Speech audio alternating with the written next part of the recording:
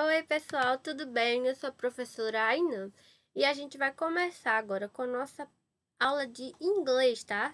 Semana passada a gente já teve aula de inglês. A gente falou dos Days of the Week, né? Que foram os dias da semana, e os Months of the Year, que são os meses do ano.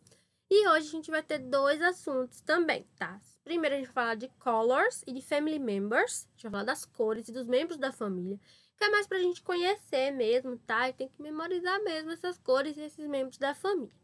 E depois a gente vai falar um pouquinho dos verbs, que são os verbos, tá bom? Vamos lá. As cores a gente já sabe mais ou menos aí em inglês, tá? Ó, o red é o vermelho, o orange é o laranja, o yellow é o amarelo. O pink é uma cor que eu não gosto muito, que é o rosa. O light green é o verde claro. Toda vez que a gente for dizer que uma cor é clara, a gente vai usar o light. E toda vez que a gente disser que uma cor é escura, a gente vai usar o dark. Então, ó, light green quer dizer verde claro. E dark green quer dizer verde escuro. O black é o preto. O light blue é o azul claro. O dark blue é o azul escuro. O gray ou grey é o cinza. A pronúncia não muda muito, mas pode escrever com E ou com A. O white é o branco. O beige é o bege. O brown é o marrom. E o purple é roxo ou lilás, tá bom? Essas foram as nossas cores. Quando a gente vai falar de family members, ou os membros da nossa família, em português, a gente já sabe quem é quem, né? Eu tenho um pai, eu tenho mãe, eu tenho um avô, eu tenho uma avó, eu tenho um filho. Mas em inglês, como é que a gente vai chamar essas pessoas? Geralmente a gente sabe falar ali pai e mãe, né? Irmão, né? E irmã. Mas e os outros? Ó, sobrinho, os primos, os padrastos, madrastas, avós. Às vezes a gente não sabe, né? Então vamos ver agora como é que a gente vai chamar todos os membros aí da nossa família em inglês. Ó, pai. A gente fala o quê? Father. Se a gente for criança, ou você ainda é um crianção, bebezão, aí a gente fala com o pai e a mãe, a gente vai chamar o pai de daddy ou dad. Se nós adultos, né, chamamos a mãe de mother, mas os nossos filhos chamam de mommy ou mom, tá? Sister vai ser irmã. Brother vai ser irmão. Então, esses aí são o que a gente mais conhece. Father e mother, pai e mãe. Daddy ou daddy é papai. E mommy ou mom é mamãe. Agora, irmão e irmã, brother e sister. Quando a gente quer dizer que a gente tem irmãos, no geral, a gente fala siblings, tá bom? Tio, uncle. Se você é tio de alguém, você é uncle. Se você tem um tio, você vai chamar ele de uncle. Tia é aunt, tá bom? Uncle é tio, tia é aunt. Grandfather é vô. Grandpa ou granny a gente chama de vovô. Vó é grandmother e vovó é grandma ou granny. Então, ó, grandfather e grandmother, avó e avô. Grandpa ou grandma ou granny é vovô e vovó, tá? Father-in-law é sogro. Mother-in-law, sogra. Sister-in-law, cunhada. E brother-in-law, cunhado. A gente adiciona esse in-law, que quer dizer por lei, né? Por casamento. Você vai ter um sogro, uma sogra, um cunhado e um cunhado. Então, a gente só vai adicionar o in-law nos nomes de pai, mãe, brother e sister, que é irmão e irmã, tá bom? Se você tem um filho, você tem um son. Se você tem uma filha, você tem daughter. Então, son e daughter, filho e filha. Para chamar seus primos e primas, você vai chamá-los de cousin. Cousins são seus primos e primas. Seu sobrinho é o nephew. E sua sobrinha é a niece. Nice, também pode falar. Para chamar seu padrasto, você vai chamar de stepfather. E madrasta, stepmother. Então, para padrasto e madrasta, a gente adiciona o step ao father e mother. Então, father-in-law, sogro. Mother-in-law, sogra. Stepfather, padrasto. Stepmother, madrasta, tá bom? Grandson é neto e granddaughter é neta. Então, ó, se avô era grandfather, grandfather. A avó era grandmother. Então, o neto vai ser o grandson, porque son é filho. Então, é grandson, né? De son de filho e grand de avô. Juntando os dois vira neto. E granddaughter vai ser neta. Grand também vem de avó e daughter vem de filha. Juntou os dois, vira neto. A esposa, a gente vai chamar de wife. E o marido de husband. Então, wife, esposa. Husband, esposo. Beleza? Então, essas partes das cores e essas partes dos family members, a gente vai dar uma lida, né? Dar uma memorizada. Se quiser, a gente escreve no caderno o nome em inglês e do lado a sua tradução, né? Pra gente ter uma ideia. E não esqueçam de responder as atividades e enviar no meu privado também, tá? Vamos agora para a segunda parte da nossa aula. Essa segunda parte, a gente vai fazer uma revisãozinha lá de verbo to be, vocês lembram? Tá? Também não é muito difícil, tá? Não se preocupem. A gente vai estudar aqui no segundo ano, a gente tem, né, uma rotina mais intensa de estudos, a gente já sabe. Então, a gente vai estudar todos os tempos verbais, tá? E a gente vai começar estudando o presente simples, que é o simple present. Mas antes da gente dar uma estudada nesse presente simples, vamos saber aqui mais ou menos sobre os verbos em inglês, tá? O verbo, ele é uma palavra usada para a gente indicar uma ação. Por exemplo, andar ou estudar. Um estado que a gente se encontra, que é o caso do verbo to be, né? Que é ser ou estar. E uma mudança de estado, né? Quando a gente fica ou a gente se torna, a gente está mudando o nosso estado. Tudo isso é verbo. Os verbos em inglês, eles são divididos em regulares, que a gente chama de regular verbs, ou irregulares, que a gente chama de irregular verbs. Os verbos irregulares, eles não são conjugados da mesma maneira que a gente conjuga os regulares, tá? Não vai existir uma regra geral. Para cada verbo irregular, a gente tem uma regra. Porque em inglês, toda sentença, ela tem que ter um verbo, tá? Então, ele pode ser regular ou irregular. Só que os verbos, eles vão sofrendo variações de acordo com o tempo verbal, tá? Em inglês, a gente também tem tempo verbal, não é só em português. Então, ó, o presente simples, que a gente vai estudar hoje, ele vai se caracterizar pelo S que a gente vai adicionar no final da palavra. Quando a gente está falando da terceira pessoa, tá? Do singular. Então, vamos ver como é que fica, ó. He likes to play the guitar. Ele gosta de tocar violão. Essa frase está no presente simples. Quando a gente quer falar do passado simples, a gente pode falar I talked about it. Eu falei sobre isso. Uma coisa que caracteriza muito o passado simples é o ED, que a gente adiciona também no final das palavras. No presente contínuo, a gente vai falar we are working now. Nós estamos trabalhando agora. A gente vai usar o ING. O ING caracteriza o presente contínuo, tá? E o passado simples é they went home. O went aqui, nesse caso, seria um verbo irregular, tá? Então, também tá no passado simples, que é outra característica aí dos verbos no passado, tá? Mas na nossa aula de hoje, a gente vai se concentrar aqui no simple present ou presente simples, tá? Antes da gente começar aqui nossa aulinha, eu preparei um resuminho aqui do verbo to be, pra gente lembrar aqui dos pronomes pessoais, né? Lembrar quem é quem. Ó, isso aqui a gente vê nos 3 anos do ensino médio. Vamos olhar de novo. Ó, I quer dizer eu. You. You quer dizer você. He quer dizer ele. She quer dizer ela. Então, se eu quero falar de mim, eu falo I, eu. Se eu quero falar de você, you. You quer dizer você. He é ele. She é ela. E quando a gente quer falar de coisas, de objetos, de animais, a gente usa o it, tá bom? Então, primeira pessoa do singular, eu, I. Segunda pessoa, you, você. Terceira pessoa, he, she e it. Ele, que é he, ela, que é she, e it, que é ele ou ela para coisas e animais. Na primeira pessoa do plural, nós temos nós. We. A gente tem you, que é vocês.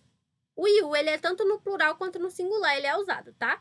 Então, you pode significar você e you pode significar vocês. A gente vai perceber se tá falando de você ou vocês no contexto da frase, tá? Se o resto das palavras estiver no plural, então é vocês. Se tiver tudo no singular, então a gente lê como você no singular, tá? E they quer dizer eles. No verbo to be, que é o verbo ser e estar, a gente vai conjugar ele usando essas palavras. Ó, quando eu quero falar com I, o I sempre vem junto do am. I am. Se eu... You are. Sempre o are vem junto do you. He is. She is. It is. Na terceira pessoa. O he, they e you, que é no plural, é sempre o are. Então, quando eu tô falando do plural, né? Nós, eles, vocês, eu uso o are. E no você, no singular, eu também uso o are, tá? No da terceira pessoa, he, she, it, eu sempre uso o is. E no I, que sou eu, I am, tá bom? Esse aí foi nosso resumão do verbo to be. Eu aconselho vocês a anotarem isso no caderno, tá? Porque é um coringa. É sempre bom lembrar, tá? Sempre é bom a gente fazer uma revisão. Então, pausa o vídeo, escreve no caderno e vida que segue. E, por fim, a gente vai começar falando da nossa, realmente, o que a gente vai ver hoje na aula, que é o Simple Present, que vocês estavam aguardando. Simple Present é o equivalente do nosso presente do indicativo. Então, a gente usa o presente do indicativo para falar as coisas do dia a dia, né? Coisas que ocorrem com frequência. No Simple Present, a gente só vai mudar, né, na hora de conjugar, na hora que a gente estiver falando da terceira pessoa, que é o he, she e it. Quando a gente está falando das demais pessoas, eu, você, nós, eles, a gente deixa a palavra normal. Mas, quando a gente estiver falando da terceira pessoa, a gente vai dar uma mudadinha, que é adicionar o S, como a gente vai ver mais adiante, tá? Mas então, professora, a gente usa o Simple Present para quê? Como eu falei, para ações do dia a dia, né? Para uma rotina. Uma ação que você faz sempre, né? O hábito, né? Por exemplo, I always leave home at 7 o'clock. Eu sempre saio de casa às 7 horas. They generally have lunch at the shopping mall. Eles geralmente almoçam no shopping. Então, é uma rotina, né?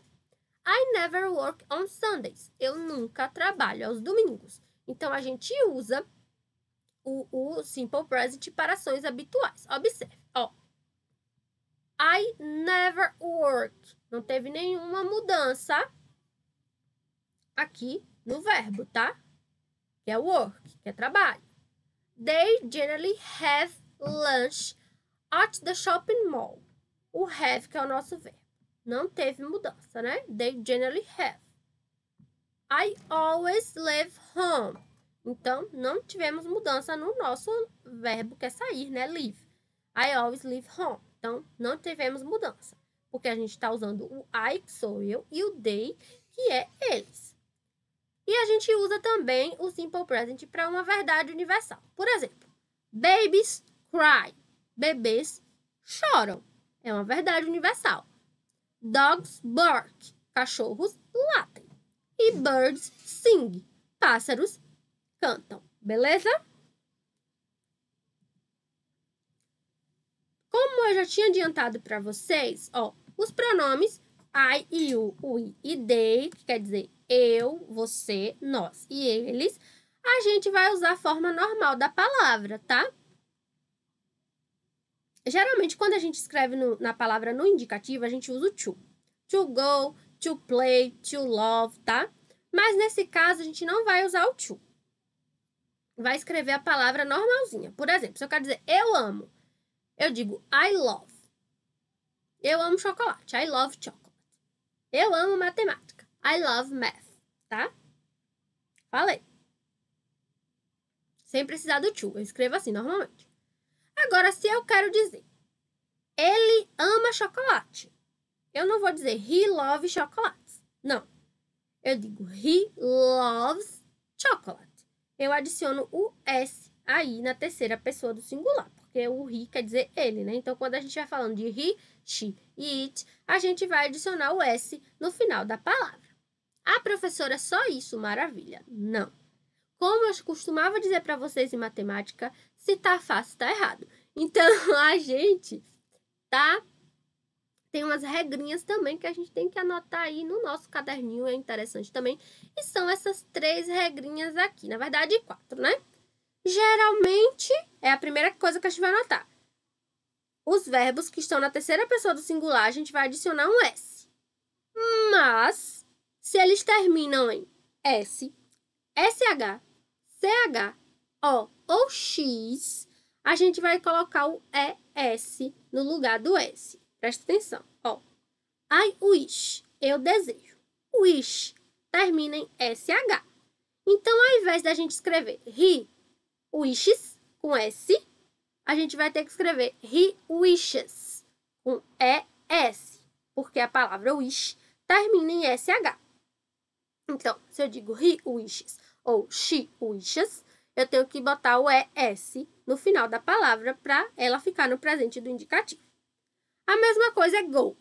Go, I go, eu vou. Se eu quero dizer she goes, ela vai, eu também tenho que adicionar o ES no final da palavra, porque essa palavra aí termina em O, tá? Go termina em O. Então, é she goes, he goes, com ES no final, tá?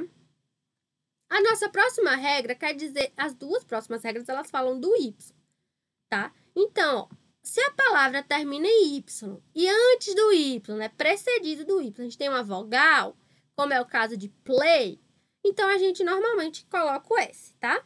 Como na primeira regra. Então, ó, I play, eu jogo. He plays, ele joga, ó, he plays, ele joga. E she plays, ela joga. Eu apenas adiciono o S, porque em play, antes do Y, a gente tem um A, e A é vogal. Mas nesse caso aqui, ó, I study, eu estudo, também termina em Y, né? Só que se eu quiser passar na terceira pessoa, eu vou dizer he studies e she studies. Como antes do Y aqui vem um D, e D é consoante, né? Então, eu tenho que trocar o Y por IES. Então, vai ficar he studies e she studies. Então, resumão geral.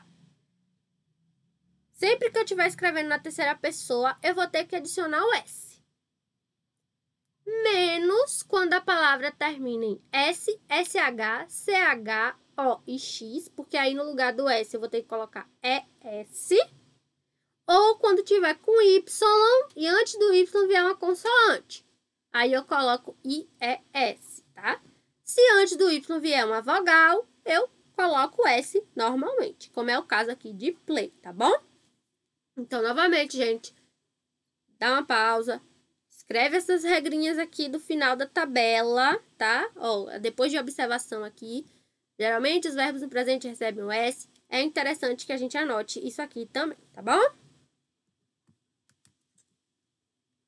E, por fim, a gente tem os nossos auxiliares. Em português, a gente não costuma usar auxiliares, tá? Mas no inglês a gente usa. E esses auxiliares do presente simples é o do e o das. Eles são usados quando a gente quer falar frases negativas ou interrogativas, tá? Quando eu quero negar alguma coisa. Por exemplo, I don't have to work today. Eu não tenho que trabalhar hoje. Então, eu vou usar o do not. Do not é a forma abreviada dele, é don't. Então, a gente pode escrever I do not ou a gente pode usar I don't, tá? Então, ó, quando a gente vai falando do I, you, o I e o they, a gente sempre vai usar o do. Mas na terceira pessoa, a gente usa o das. He, she e it. Das, tá bom? Então, olha como vai ficar. I do not, I don't. You do not, you don't. He does not, he doesn't. She does not, she doesn't. It does not, it doesn't. We do not, we don't. You do not, you don't. They do not, they don't, tá? A gente tá falando na forma negativa por extenso. e a forma abreviada, tá? E isso para as frases negativas. Outro exemplo de frase negativa. She doesn't have to wash the dishes. Ela não tem que lavar a louça. Então, observa, aqui a gente está falando de ela, né? Então, estamos na terceira pessoa. She doesn't. Então, ela não tem que lavar a louça. Como eu estou na terceira pessoa, eu uso o does. Já aqui, ó, they don't go to school on the weekends. Eles não vão à escola nos finais de semana. Eu estou usando o they. Então, eu coloco o do not ou don't, tá bom? Para a frase interrogativa, eu vou pegar o do e passar para frente do nosso pronome. Então, se eu quero fazer uma pergunta, eu faço do I, do you, do we, do they. Então, eu pego o do e passo para frente. E na terceira pessoa, eu pego o das e passo para frente. Does he, does she, tá? Vamos ver um exemplo. Do you generally wake up at 7? Você geralmente acorda às 7 horas. E does the dog bark a lot during the night? O cão late muito à noite. Então, na hora das perguntas, a gente vai pegar os auxiliares e passar para frente da frase, tá bom? Outro exemplo também que é bom copiar é essa tabelinha. Eu vou tirar uma foto do resumo que eu fiz para mim no meu caderno, tá? E eu vou passar para vocês no grupo. E se vocês quiserem copiar, também podem copiar, tá? Que vai nos ajudar aí para estudar, tá bom? Espero que tenham gostado da aula. Não esqueçam de responder às atividades, tá bom? E dar uma lida de novo, porque inglês é repetição e treinamento, tá bom? Até a próxima aula!